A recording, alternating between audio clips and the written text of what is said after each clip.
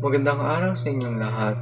Ako si Alvin de la Cruz mula sa Gradong 12, TVL Sturgeon, na magtatalumpati ngayon sa inyo na talumpating pinamagatang Kabataan nga ba ang pag-asa ng bayan?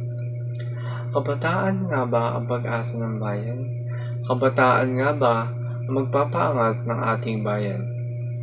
Ngunit, bakit tila kabataan ay minsan sakit ng lipunan at ano nga ba ang lugar ng kabataan sa ating lipunan?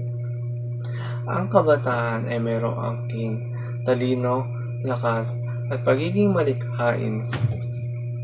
Karamihan sa kabataan ay mayroong tungkuling mag-aral, matuto, at magkaroon ng kaalaman.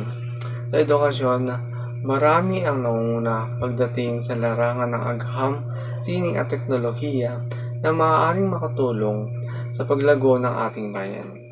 Sa kabila ng banda, maraming estudyante maagang nalulong sa masamang bisyo. Nariyan, ang kabataan ay may hawak na sigarilyo at paggamit ng masamang gawain na maaaring makapekto sa kanilang kalusugan. Sabi ng iba, lalo na si Dr. Cesar, ang kabataan ay pag-asa ng bayan, ngunit bakit ang ibang kabataan ay maagang naging magulang?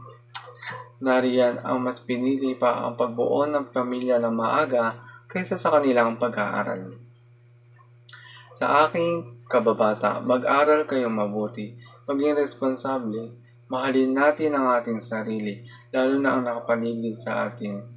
Huwag piliin ang tukso, bagkus piliin ang karapat-dapat na makabubuti sa atin. Hindi lamang nakasalalay ang kabataan sa pag-asa ng bayan, ito rin ay nakasalalay sa gabay at suporta ng bawat isa sa lipunan. Sama-sama nating gawin inspirasyon ang salita ni Rizal, lalo na sa aking kababata, upang sa ganon makatulong at mas mapaunlad natin ang ating bayan.